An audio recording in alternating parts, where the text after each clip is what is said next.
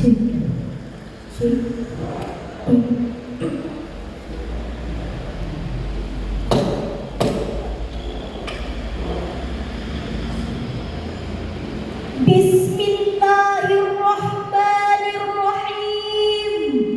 Assalamualaikum warahmatullahi wabarakatuh.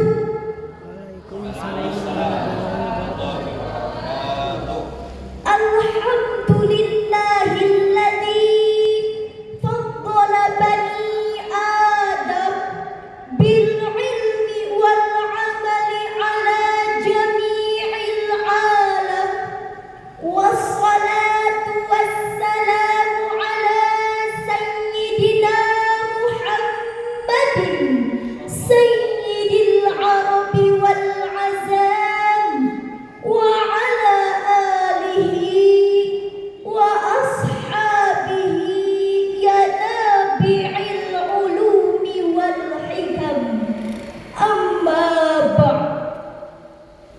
Dewan Hakim yang kami hormati, hadirin wal hadirat sebangsa dan setanah air, Multatuli mengatakan bahwa alam Indonesia laksana untayan jamrut khatulistiwa, terbentang dari Sabang sampai Merauke dengan 13.000 pulau lebih yang hijau dan elok, gemah limpah leh Cidawi, toto tentrem kerto raharjo, dihiasi dengan 600 corak ragam bahasa, diperindah dengan 350 suku bangsa, adat istiadat, agama, kebudayaan dan kepercayaan. Bukankah ini menunjukkan Bhinneka Tunggal Ika, keragaman di dalam keseragaman? Hal ini yang menyebabkan bangsa Eropa menanamkan imperialisme dan kolonialismenya berabad-abad di negara kita, mengundang turis asing dan mancanegara berkunjung ke negara kita. Namun sayang seribu sayang, di balik keragaman corak budaya, kebinekaan adat istiadat, suku dan agama sempat mengundang terjadinya insiden dan kerusuhan, merebak laksana jamur di musim penghujan, mulai Situbondo sampai Singkawang, Tasikmalaya, Rengas Dengklok, Banjarmasin, Pekalongan sampai tragedi Sampit. Semua kerusuhan yang terjadi menurut para pakar dikategorikan bidang sara.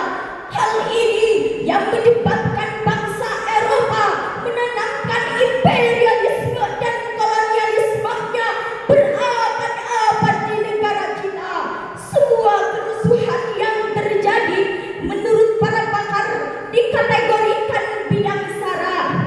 Hal ini yang menyebabkan bangsa Eropa menanamkan imperialisme dan kolonialismenya. Maka dalam kesempatan yang baik ini, kami akan membicarakan tema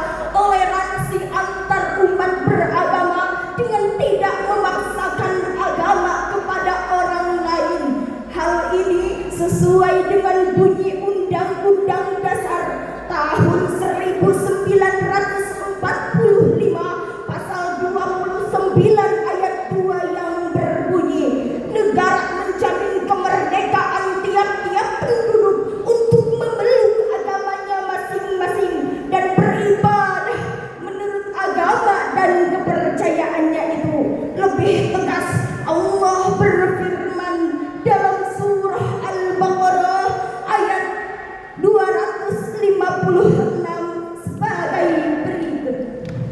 La ikraha fid-din qad tabayyana ar-rusydu minal ghayy.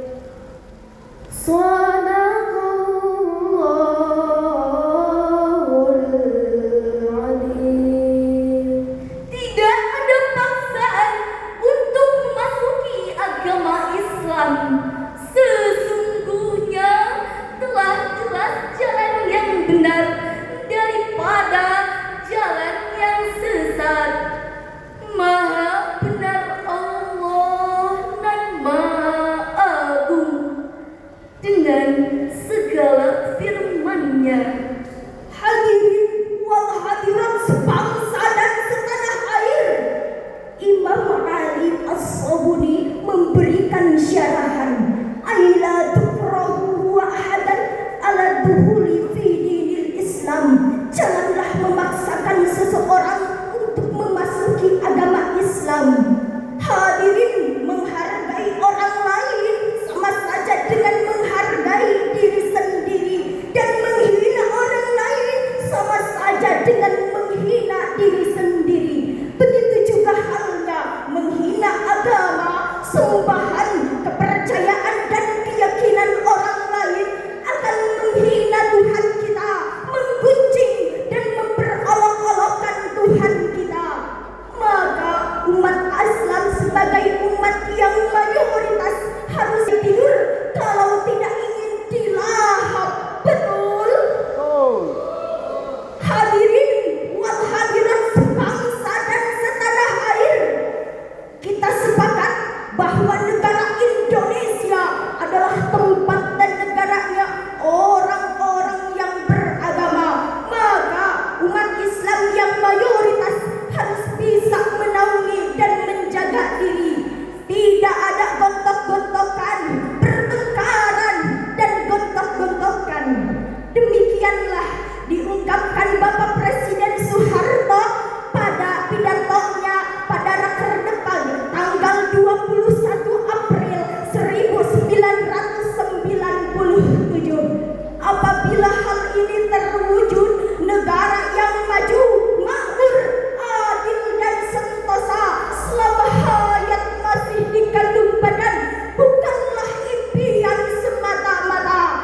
Marilah kita sama-sama membangun negara kita, membangun jalan, memperbaiki jembatan, membersihkan selokan, membangun paskapling dan lain sebagainya. Sebagai warga negara Indonesia yang kita cintai ini, kita tutup uraian ini dengan sebuah pantun. Bikin sumur pakai atap. Sudikah Tuhan membuatkannya? Negara subur makmur